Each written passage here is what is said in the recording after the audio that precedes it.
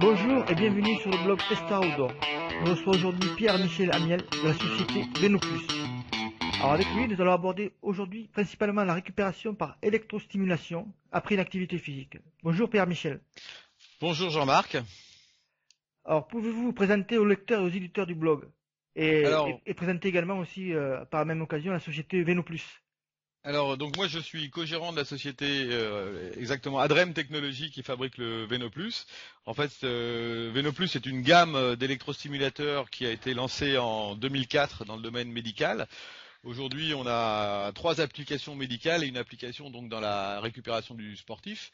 C'est une société française qui est basée à Paris et qui exporte dans une quarantaine de pays. Alors la particularité de la société et de la gamme Venoplus, c'est que nous on attache beaucoup d'importance à la recherche et à avoir des résultats qui sont validés, prouvés scientifiquement. Donc on dépense beaucoup d'argent dans la recherche et dans les études scientifiques avec les centres hospitaliers, l'INSEP en France, à l'étranger.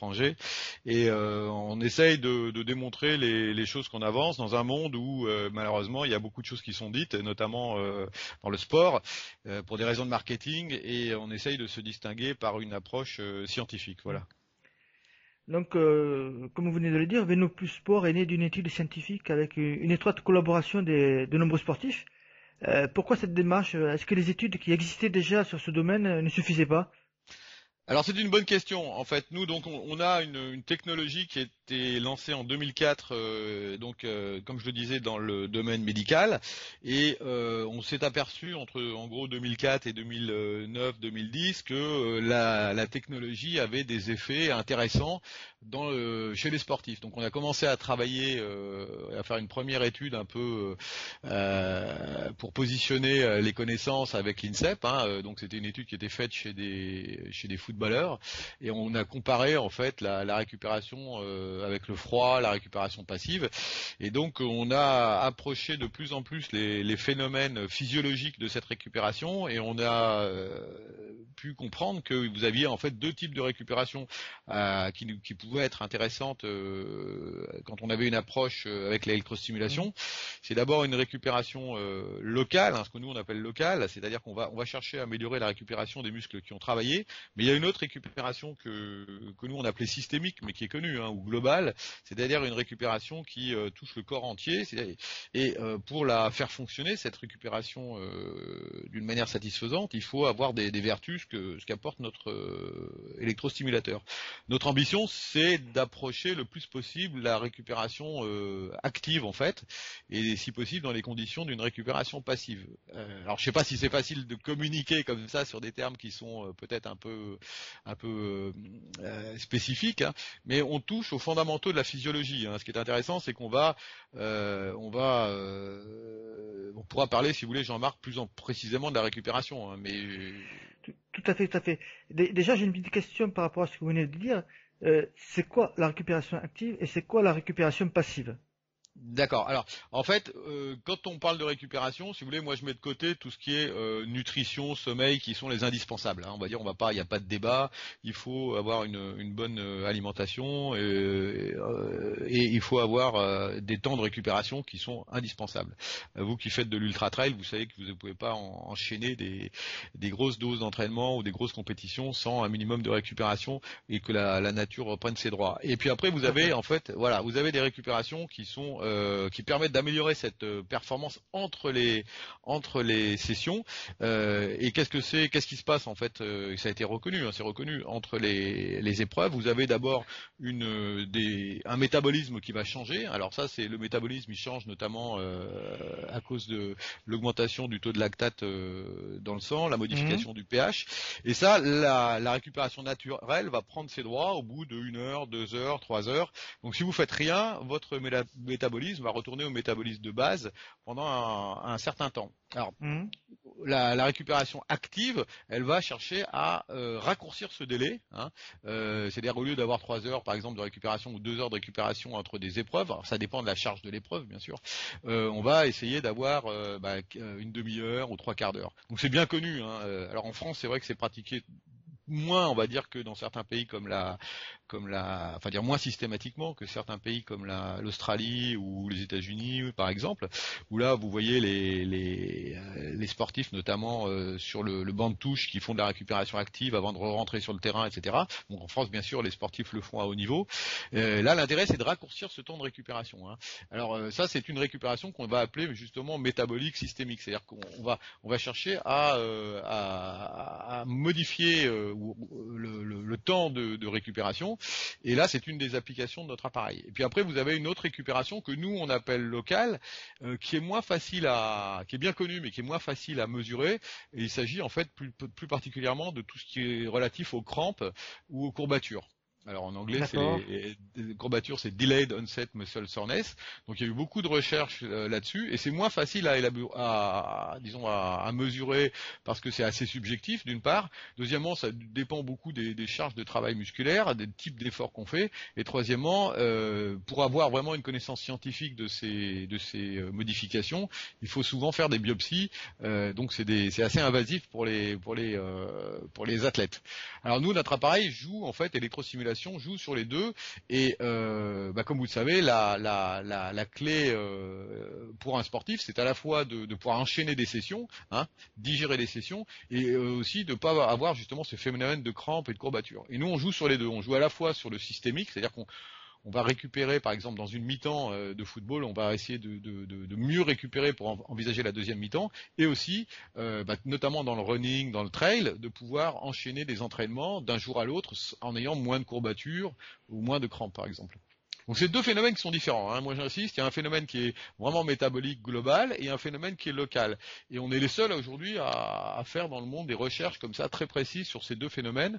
Et croyez-moi, c'est grâce à l'INSEP, c'est grâce à nos partenariats internationaux qu'on fait avancer le schmilblick petit à petit.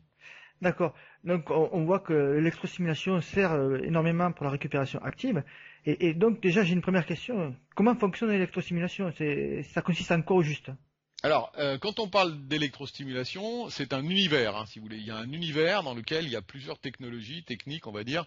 En gros, vous avez deux techniques. Vous avez ce qu'on appelle les TENS, qui sont vous connaissez sans doute, hein, qui sont des appareils qui sont des appareils qui réduisent la douleur, en fait, hein, qui sont axés sur l'antidouleur.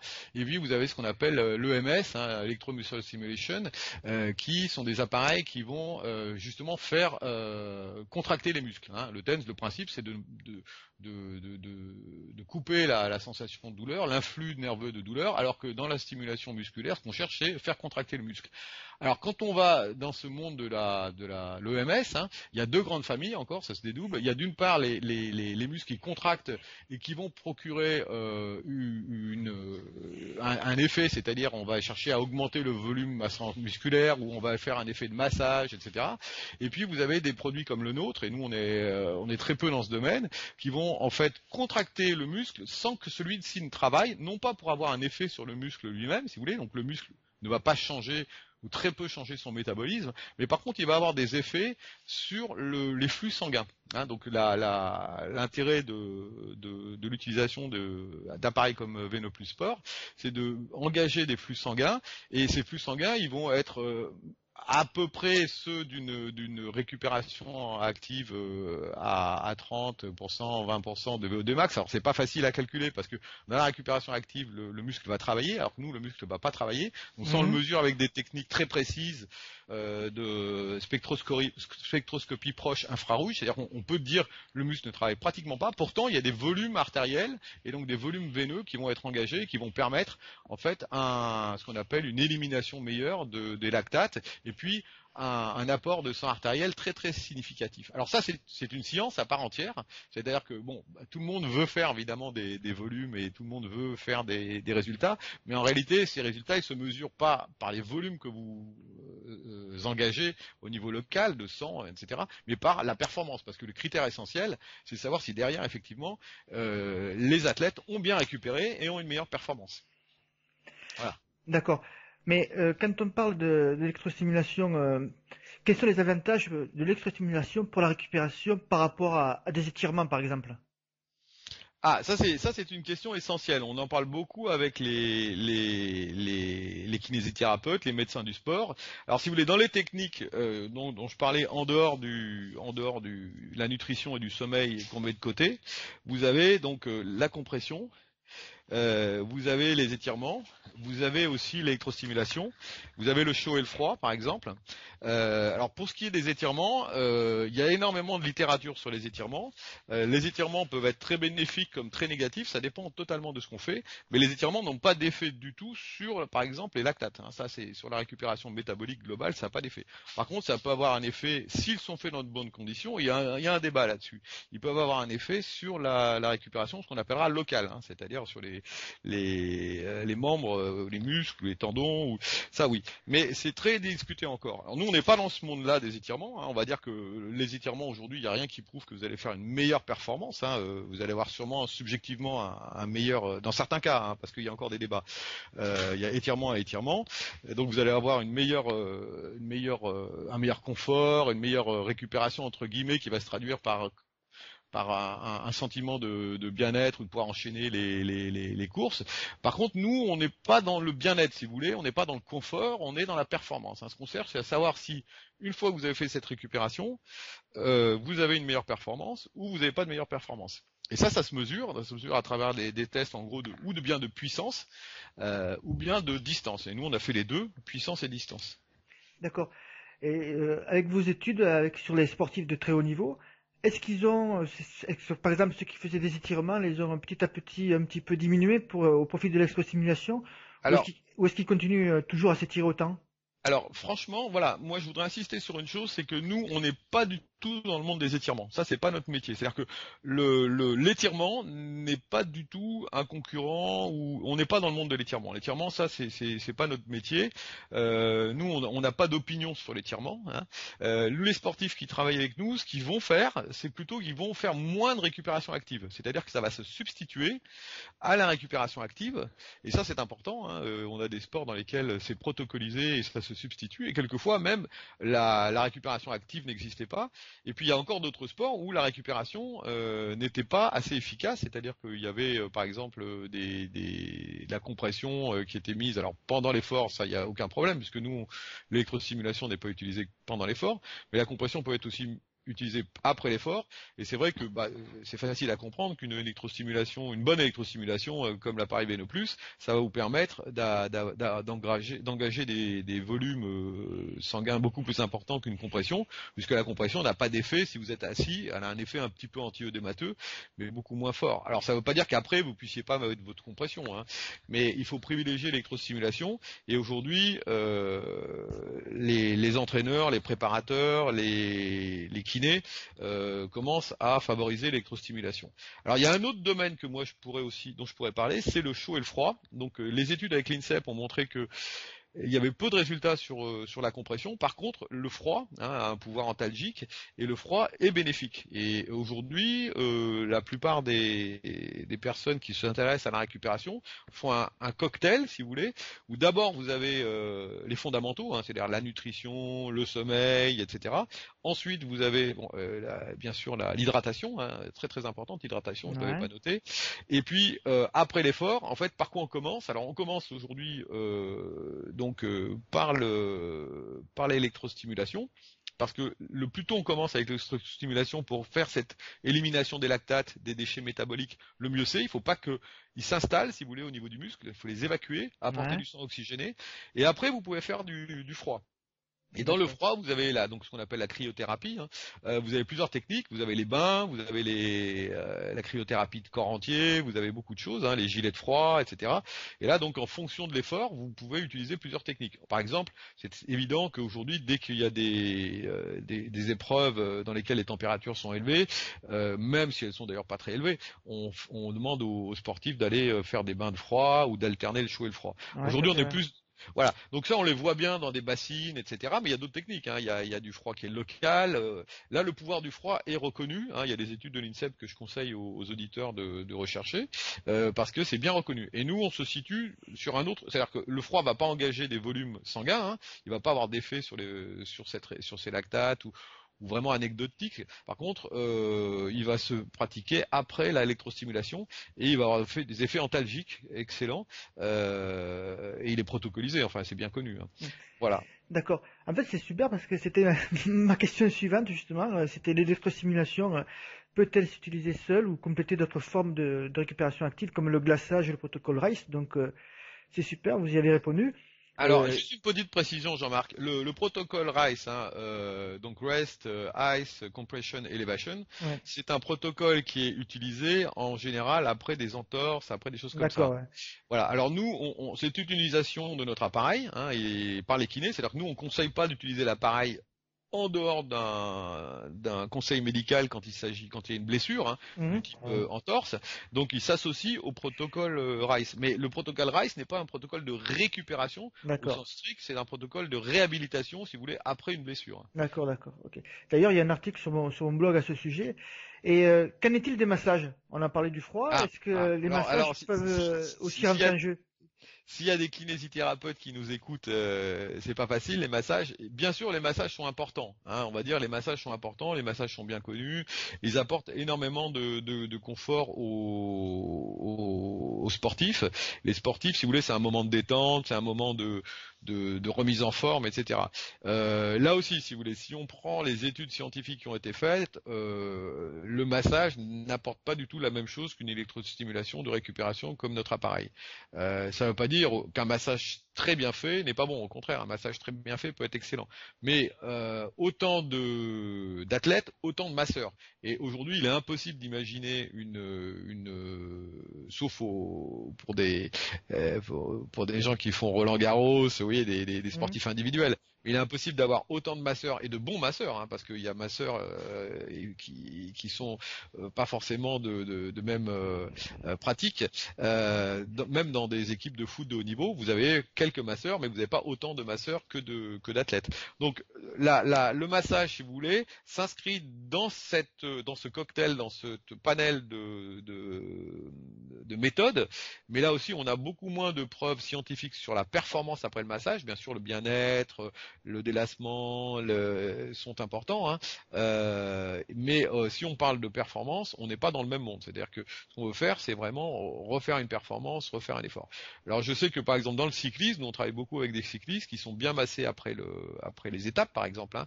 Ils apprécient énormément, c'est un moment de relaxation, c'est un moment qui apporte énormément. N'empêche qu'ils font tout de suite le Veno Plus aussi, plus ils font le Veno Plus dans les transports, parce que le Veno Plus permet de garder le massage, si vous voulez même, hein, on peut être massé en faisant l'appareil, et donc vous potentialisez quelque part, hein, vous amenez encore plus de récupération.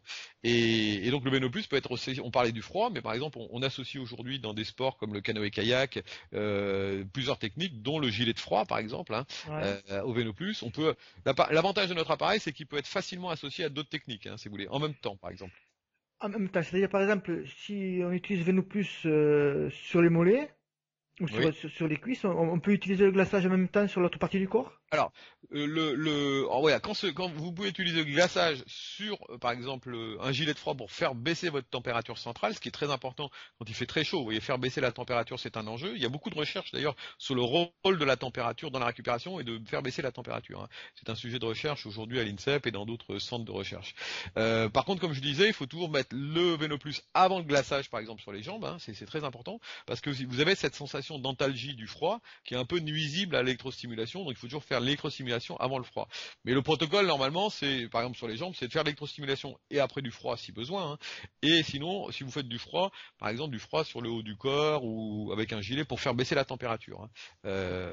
Donc c'est pas un effet antalgique, c'est un effet pour faire baisser la température. Alors D'accord. sur les bras ou sur les jambes, c'est pour faire pour avoir un effet antalgique et anti aussi courbature par exemple ou qui est reconnu. Mais là aussi il faut faire attention, hein, quand on dit froid, est-ce qu'on parle de froid à 10 degrés, de froid alterné? Aujourd'hui, le froid alterné est un peu moins privilégié et on peut, par exemple, faire des séances de froid en faisant du froid, j'arrête, donc successives, plutôt que de rester longtemps dans du froid, vous voyez. Donc ça, moi j'invite les auditeurs à se rapprocher des études qui sont en ligne sur l'INSEP, puisque nous on n'est pas du tout spécialiste de toute la récupération, hein. Nous on connaît bien la récupération récupération avec notre appareil, et ils verront que s'ils sont à jour de leurs enquêtes sur ces études qui sont diffusées, ils pourront éviter de prendre par exemple des techniques qui sont un peu trop anciennes, hein, alors qu'aujourd'hui il y a des études qui disent privilégier cette technique par rapport à une autre technique. Et notamment dans le froid, il faut voir qu'il y a différentes sortes de froid, tout le monde parle du froid, mais il y a des froids qui fonctionnent, comme je dis, mieux que d'autres, c'est-à-dire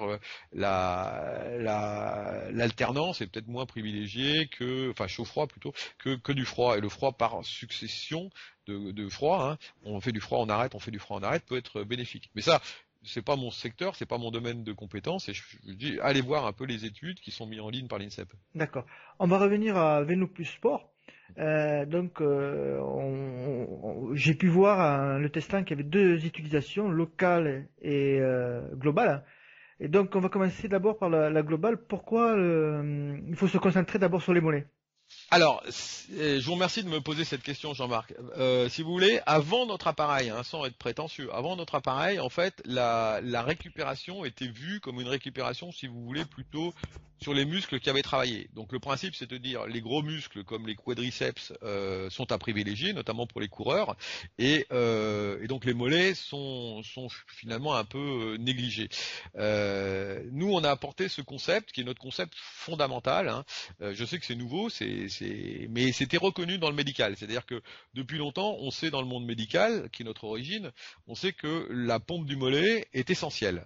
Donc là, vous avez un espèce de second cœur, un cœur périphérique qui se trouve dans le mollet et qui permet en fait le retour veineux vers le cœur. Alors il se trouve que si vous stimulez les mollets d'une manière intelligente, hein, on va dire que tous les électrostimulateurs ne se ressemblent pas et tous ne le font pas, vous allez pouvoir engager cette pompe et engager des volumes artériels et donc veineux beaucoup plus importants que si vous allez jouer sur d'autres muscles. Et vous allez avoir un effet de second cœur, de cœur périphérique qui va se mettre en marche si on a une stimulation qui est sophistiquée, hein. C'est pas à la portée de tous les appareils, bien entendu, parce qu'il faut que le muscle ne travaille pas, il faut être dans des bonnes fréquences, il faut aussi que ça ne soit pas douloureux, il faut qu'à la fin vous ayez un vrai résultat. C'est-à-dire, il n'est pas tout de faire un peu bouger du sang. Ce qu'il faut, c'est que c'est une conséquence sur votre performance. Donc nous, on est parti de notre savoir-faire médical et on a fait évoluer ce signal pour l'optimiser comme un second cœur et donc quelque part avoir les mêmes résultats métaboliques qu'une récupération active. Ça, c'est la base de notre technologie. C'est-à-dire, nous, on dit, quel que soit le sport, à partir du moment où vous avez une fatigue générale, hein, c'est-à-dire vous avez fait du canoë, vous avez fait du foot, vous avez fait un 100 mètres, vous avez une fatigue générale. Cette fatigue générale, elle va avoir elle va générer une augmentation de vos, ou se traduire plutôt par une augmentation de certains paramètres, une diminution d'autres paramètres. Donc le métabolisme va changer. Et nous, on va dire, il faut ramener plus vite possible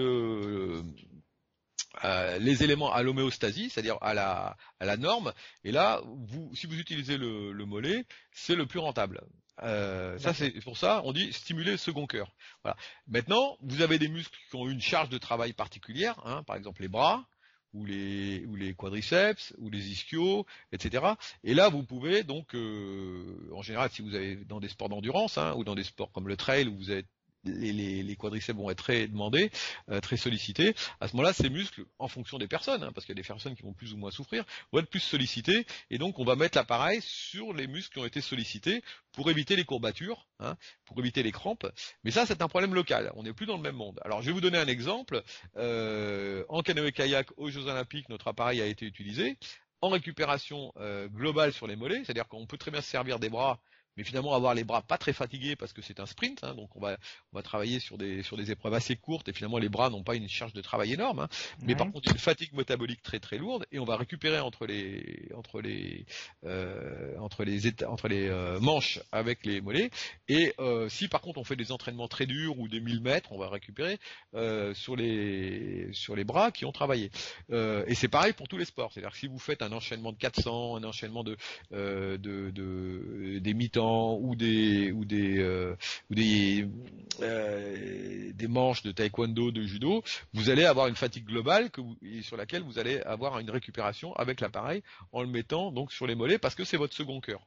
Alors ça, on est les seuls à le dire aujourd'hui, il faut être clair, on est les seuls à le dire. La littérature, elle est très claire, mais encore faut-il, si vous voulez, l'utiliser intelligemment, c'est-à-dire que cette récupération, on va dire active, elle est nécessaire quand vous voulez enchaîner des épreuves, enchaîner des sessions, enchaîner des manches, enchaîner des matchs. Voilà. Par contre, c'est vrai que tout ce qui est local, c'est des muscles qui ont souffert, qui ont travaillé. Donc typiquement, quand vous avez fait un marathon, quand vous avez fait un long trail, quand vous avez fait une étape de cyclisme, il faut privilégier les muscles qui ont été très sollicités. Et à ce moment-là, vous avez le bénéfice de prévenir les courbatures, par exemple, ou les crampes. D'accord. Et l'électrostimulation, pour être réussie, pour être vraiment efficace, quelle est la durée alors? Quelle va être la durée qu'on va devoir appliquer sur nos mollets ou sur nos cuisses? Alors, si vous voulez, on va dire que c'est très clair qu'il y a un effet dose. Alors, par exemple, on va distinguer deux éléments. Premier élément, vous avez un temps de récupération qui est très faible entre les tours, comme je disais. Donc là, vous êtes en fait lié à la durée de l'intermatch ou l'intermanche. Voilà.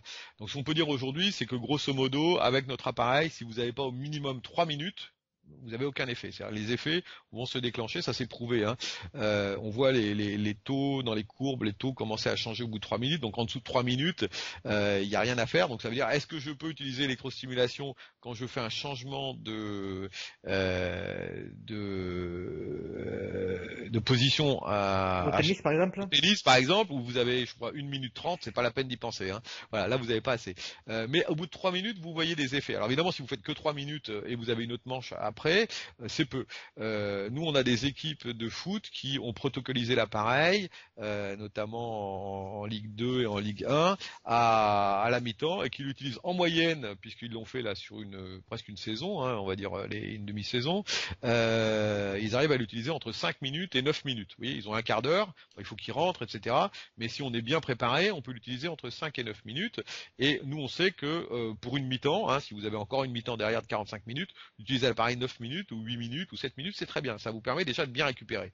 Après, pour répondre à votre question, si vous avez des épreuves très longues, par contre, un demi-marathon, un semi-marathon, un marathon, il est évident qu'il faut utiliser l'appareil, par exemple, 20 minutes, une demi-heure, voire plus, parce que là, vous avez des dommages musculaires très importants.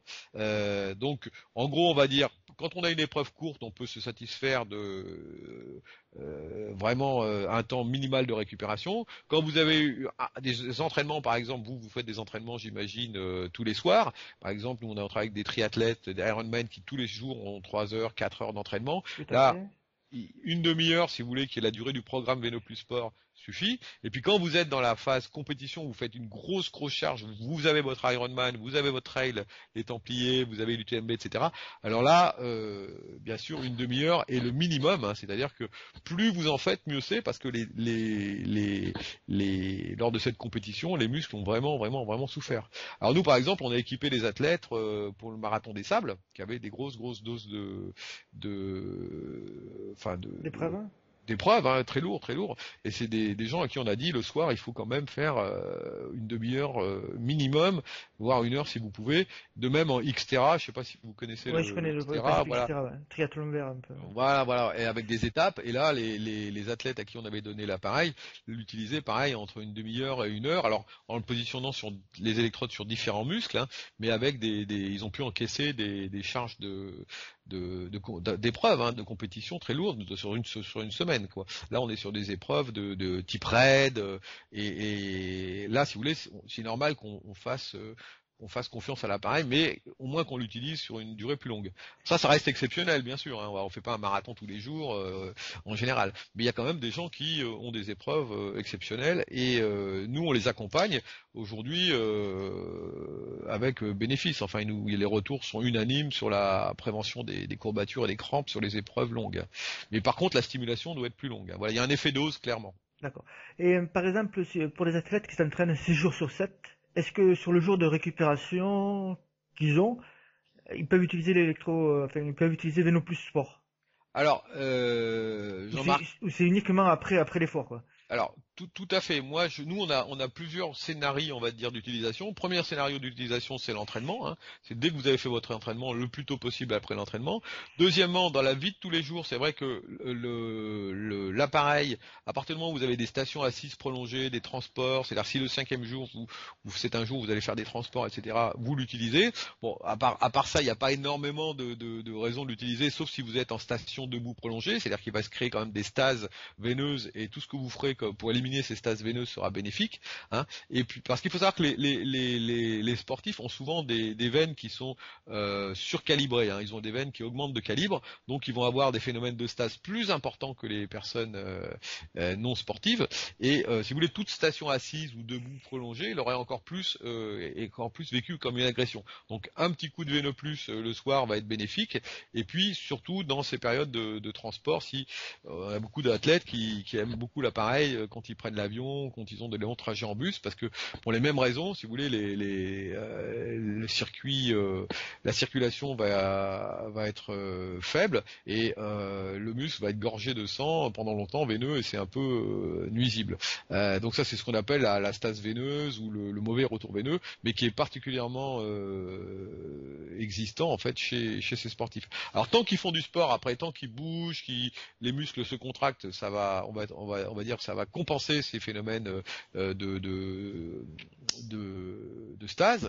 Mais Ouais. par contre, c'est vrai que plus ils vieillissent, par exemple, nous on voit bien que plus les athlètes vieillissent, donc quand on travaille avec des gens qui sont à 30, 35 ans, 40 ans, plus ils vont justement utiliser le Veno Plus dans ces temps morts, hein, parce que leur circulation a été modifiée, hein, le calibre de leur veine a été modifié, et finalement, et si vous voulez, ils sont pénalisés puisque ils ont moins de charges d'entraînement, hein, et Ouais. ils ont de moins bonne enfin un système qui est un peu plus âgé maintenant, et donc ils vont utiliser plus. Donc nous on a tendance à voir cette utilisation en dehors des périodes de compétition et d'entraînement, plus chez les sportifs un peu plus âgés que les jeunes, qui eux ont pas encore ces phénomènes d'augmentation des calibres des veines, par exemple. D'accord. Et comment on peut savoir quand on utilise le produit quelle est la bonne intensité en fait? Parce que moi je le vois quand j'utilise Veno Plus Sport actuellement, j'ai des problèmes au niveau, enfin j'ai des problèmes.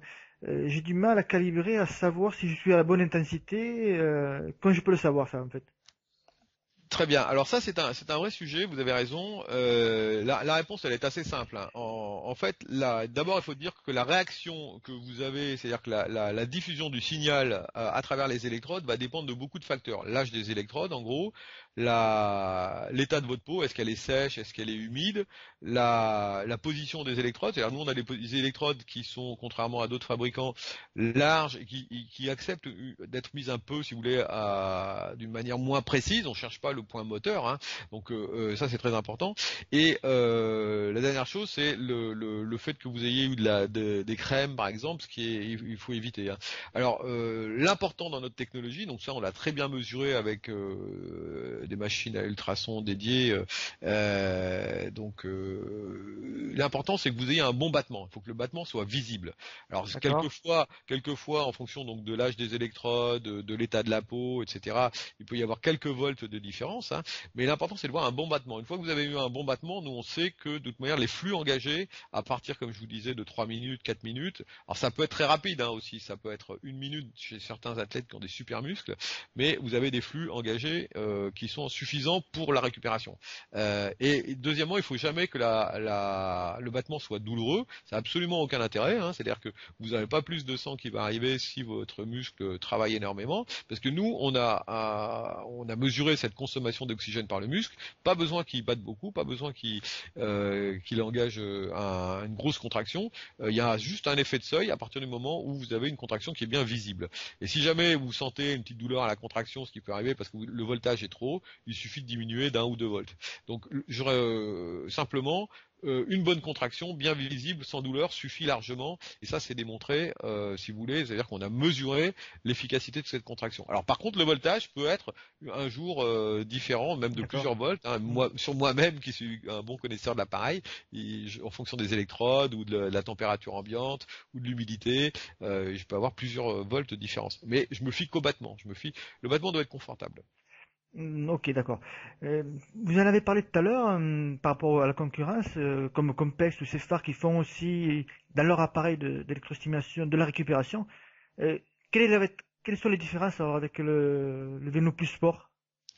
Alors, moi, j'invite les auditeurs à regarder en fait précisément les études qui ont été publiées. En fait, c'est assez simple. Aujourd'hui, il y a pratiquement que nous, à ma connaissance, qui avons publié des études avec des résultats significatifs sur la performance.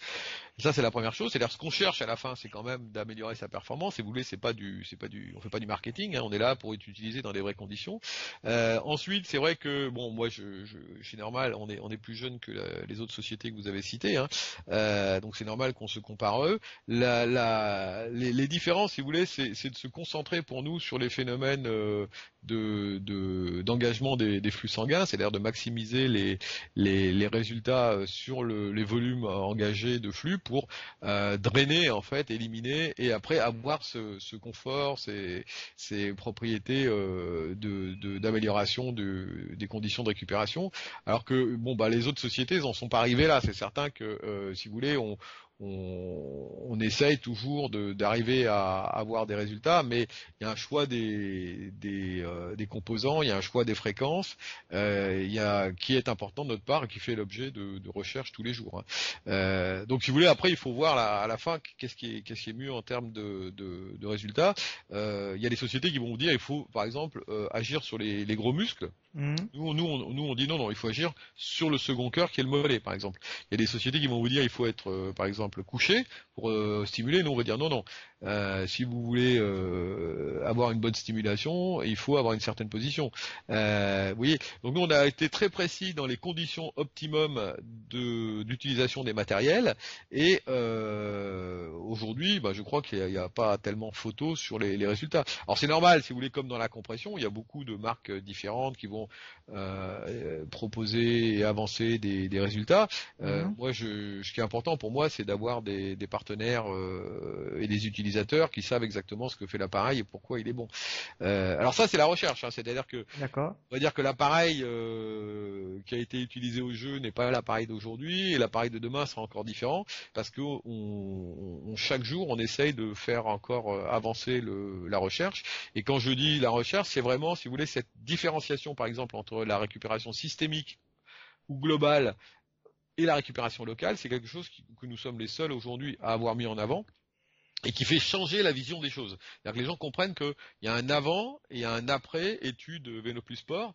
On peut faire des choses différentes. Et là, on n'est pas dans le même monde. On veut récupérer rapidement entre les épreuves. C'est pas pareil que ne pas avoir de courbature après un marathon. Et c'est vrai, hein, vous le savez, vous. Hein, Oui. je fais un 100 mètres où je n'ai pas la même fatigue que si je fais un marathon. Et c'est une fatigue on prend en charge différemment. Et aujourd'hui, les préparateurs physiques nous font confiance et on travaille de plus en plus sur des protocoles de récupération où je disais on associe le froid ou la compression ou bien les massages et c'est l'ensemble qui va faire que les athlètes auront des médailles ou des victoires, hein. Mais je pense que la récupération a été pendant longtemps malheureusement estimée, hein. C'est-à-dire qu'on s'est dit bon là finalement c'est que le sommeil. Alors c'est un des Mhm. fondamentaux, le sommeil, l'hydratation c'est un des fondamentaux.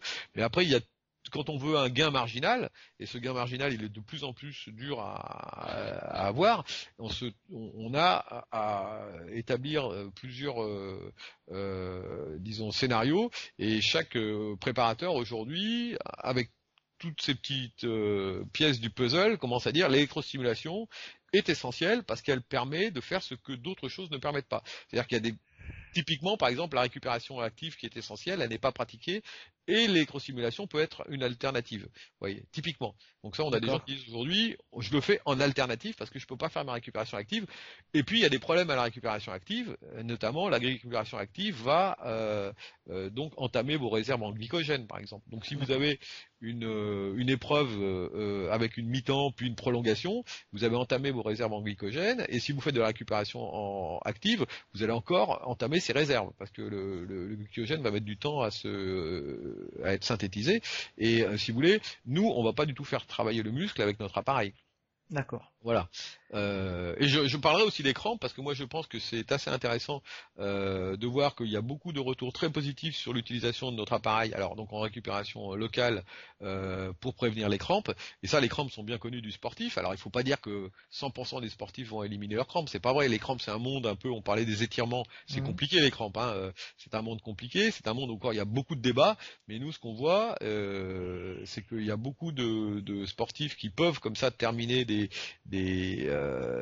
matchs dans de bonnes conditions parce que ils ont pu repousser cette crampe qui arrivait en général en fin de deuxième mi-temps par exemple ou en fin d'épreuve. Hein. Donc ça on le. Alors évidemment comme je disais, c'est un monde très très très particulier les crampes. On va pas dire que l'appareil prévient à 100% les crampes, mais les retours, même dans des compétitions internationales où si vous voulez, là on a affaire à des professionnels qui se connaissent très bien, Mhm. et les retours sont très très favorables.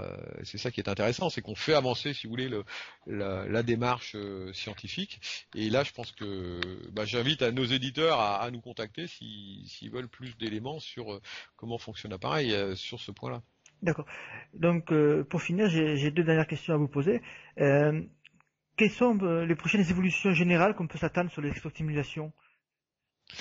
Alors c'est intéressant parce que voilà, vous avez donc comme je disais, vous avez dans l'électrostimulation les l'antalgique, hein, les TENS, vous avez l'EMS. Dans l'EMS, vous avez donc en gros deux familles ou deux types de produits, vous avez ou deux types de signaux, on va dire les signaux qui sont destinés plutôt à la force, enfin à l'endurance, à améliorer tout ça. Et vous avez des signaux qui sont destinés comme les nôtres ou des fréquences, on va dire plus exactement à la récupération. C'est-à-dire qu'on cherche pas à ce que le muscle travaille, hein, on va pas lui faire de la gonflette, on va pas chercher améliorer la puissance musculaire. Ce qu'on cherche, on se sert du muscle pour faire jouer des phénomènes métaboliques ou locaux où on engrange du flux sanguin. Et alors, pour répondre à votre question, il y a d'autres domaines qui sont intéressants, notamment avec l'électrostimulation, c'est ce qu'on appelle la potentiation. C'est-à-dire qu'on va essayer de donner des stimuli au muscle pour que celui-ci réagisse mieux, c'est-à-dire qu'on va le conditionner. Donc nous, on travaille beaucoup sur ce type de dossier, c'est-à-dire que le muscle va être sollicité dans les minutes ou dans les secondes après la stimulation, et on va Mhm. donc le conditionner pour qu'il réponde mieux. Donc ça, c'est un chantier de recherche intéressant. Donc il y a des machines d'ailleurs qui déjà disent qu'elles font de la potentiation, mais les résultats ils sont, si vous voulez, plutôt théoriques que réels. Donc là, c'est un chantier intéressant. Ensuite, vous avez donc tout ce chantier dont je parlais tout à l'heure, des DOMS, hein, donc des courbatures en français, D'accord. voilà, qui est un chantier qui est très très noble puisque vous les connaissez bien, vous, ces courbatures qui sont Ouais. naturelles, hein, c'est pas mauvais d'avoir des courbatures, au contraire, c'est sain. Ça prouve qu'on a fait travailler le muscle, mais c'est un domaine très intéressant parce que là, il y a un chantier de recherche qui est très très profond, et nous on travaille beaucoup sur les courbatures et comment comprendre le phénomène de courbature qui est pas forcément, comme je disais, pour nous en fait, hein, pour savoir ce que peut faire l'électrostimulation dans les courbatures qui est pas forcément encore abouti. Donc c'est les deux grands chantiers sur lesquels on travaille aujourd'hui dans la société et puis avec les équipes de recherche avec lesquelles on travaille. D'accord. Et ma dernière question concerne l'appareil Veno Plus Sport. Donc c'est une utilisation très simple, deux électrodes, deux boutons, dont plus moins c'est un bouton de démarrage. Euh, Vous travaillez déjà, j'imagine, sur les nouvelles versions, enfin sur une nouvelle version de l'appareil. Quelles seraient les améliorations qui pourraient être apportées dans un futur proche? Alors, si vous voulez ça, cet appareil Veno Plus Sport, il est l'héritier, donc comme je disais, d'une gamme médicale. Donc nous, ce qu'on fait bien et ce qu'on sait bien faire, on veut le diffuser, et on cherche pas à faire des appareils gadgets. Hein, on n'est pas dans vous savez, dans la chirurgie, par exemple, on appelle ça la gadget surgery. Donc on n'est pas là pour faire 50 programmes, on n'est pas là pour faire des programmes qui sont inutilisables ou des canaux qui ne servent à rien. Donc notre appareil, il a une particularité, c'est que en fait, il a deux électrodes, mais en fait, chaque électrode peut être utilisée sur un mollet. C'est-à-dire que si vous voulez, c'est une sorte de deux canaux qui n'en est pas. Ça, c'est important parce que au lieu d'avoir quatre électrodes, deux et deux, nous on n'a que deux électrodes. Donc on n'a pas besoin non plus d'avoir trop de canaux du fait de notre technologie qui est particulière. Hein. Ça, c'est très important. Après, dans les évolutions, nous, ce qu'on veut, c'est uniquement sortir des signaux et des appareils dont les résultats sont prouvés. C'est ce que je disais au début de cette conversation. Ouais. C'est-à-dire que nous, ça nous intéresse pas de faire un appareil multicanal si on dit pas on apporte quelque chose avec le nouveau programme qu'on va sortir. À ce moment-là, ce n'est pas intéressant. Nous, ce qu'on veut, c'est si on sort un appareil avec d'autres applications, qui peuvent être d'ailleurs différentes de ce que connaît le marché aujourd'hui, hein, parce que on veut être innovant, on aura des appareils qui apporteront quelque chose et qui sera prouvé. Hein, c'est-à-dire qu'on dira oui, on apporte quelque chose, c'est prouvé, c'est utilisable. Et la troisième chose que je voudrais souligner, c'est qu'aujourd'hui, quand on parle aux athlètes, et qui peut utiliser des appareils multiprogrammes, qui ont 10 programmes, 20 programmes, 50 programmes, il faut savoir que la plupart du temps, on va dire, ils utilisent à 80-90% uniquement les programmes de récupération. D'ailleurs, qui ne sont pas forcément les meilleurs, mais le souci en général d'utilisation d'un appareil de stimulation par un sportif, c'est la récupération. Donc c'est pour ça que nous on a conçu cet appareil pour la récupération, parce que ça correspond à un vrai besoin du sportif. Et il fallait être simple. Donc ça c'est important aussi, c'est qu'une fois que vous avez fait votre activité, vous voulez quand même pas vous casser les pieds à choisir un programme, à régler différents paramètres. Donc nous on peut vous donner un programme qui est, si vous voulez, préétabli, c'est-à-dire on a pensé au programme pour vous, c'est notre métier, hein. On a essayé de faire le meilleur programme. Vous pouvez arrêter le programme quand vous voulez, c'est-à-dire on vous dit pas il faut minimum 3 minutes pour que la deuxième séquence se mette en route, parce que ça aussi, ça arrive sur certains appareils où il y a plusieurs fréquences qui se succèdent et on vous dit telle fréquence elle est pour faire ça, telle fréquence elle est pour faire ça, telle fréquence elle est pour faire ça. En fait, ça c'est souvent inexact et il y a des fréquences qui sont utiles, mais il faut que l'utilisateur puisse arrêter, si vous voulez, sans attendre la fin de la séquence ou du programme. Donc nous, on dit voilà, vous pouvez utiliser l'appareil dans des périodes courtes ou dans des périodes longues. C'est un appareil qui est utilisable facilement et on a pensé pour vous à un programme qui est prouvé, garanti et utile. Voilà. Donc je pense que la simplicité est un élément clé de l'utilisation. Enfin, vous l'avez testé l'appareil, vous avez vu que c'était très simple. Deuxièmement, il faut que nous, en tant que professionnels, on présente à l'utilisateur une promesse. On a une promesse qui est réelle, c'est-à-dire qu'on dit voilà, on vous fournit quelque chose.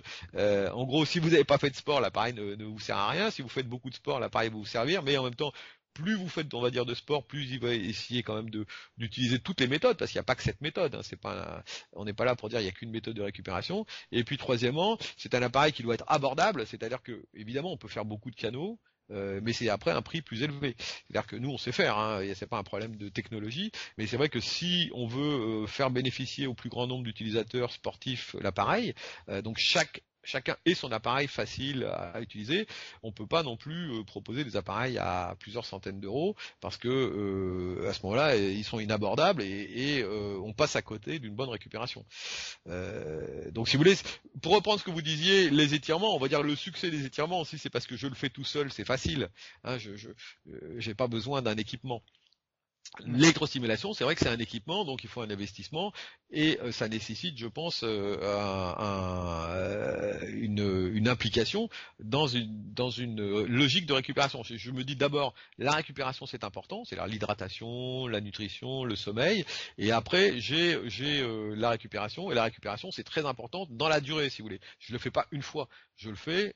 Je l'intègre dans mon protocole une fois que je fais ma session. Nous, tous les athlètes le font le soir, après l'entraînement, et puis en compétition, et puis dans les transports.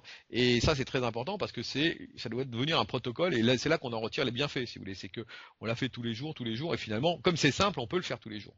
D'accord.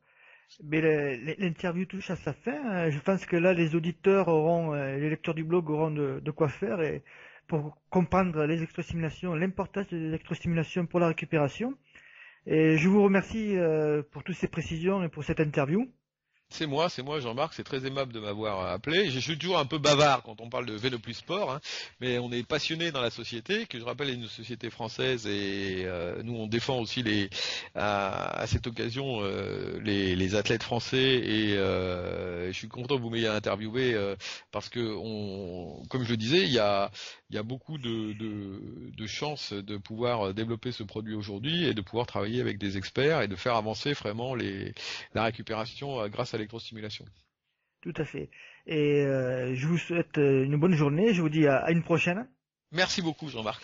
Voilà, c'est parfait. Merci. Au revoir. Au revoir. Si cette interview vous a plu, dites-le sur Facebook, Twitter ou Google+. Et bien sûr, si vous avez des questions sur le système de Venopus ou sur l'électrostimulation en général, vous pouvez poser vos questions sur le blog dans les commentaires. À très vite sur Testeur Outdoor.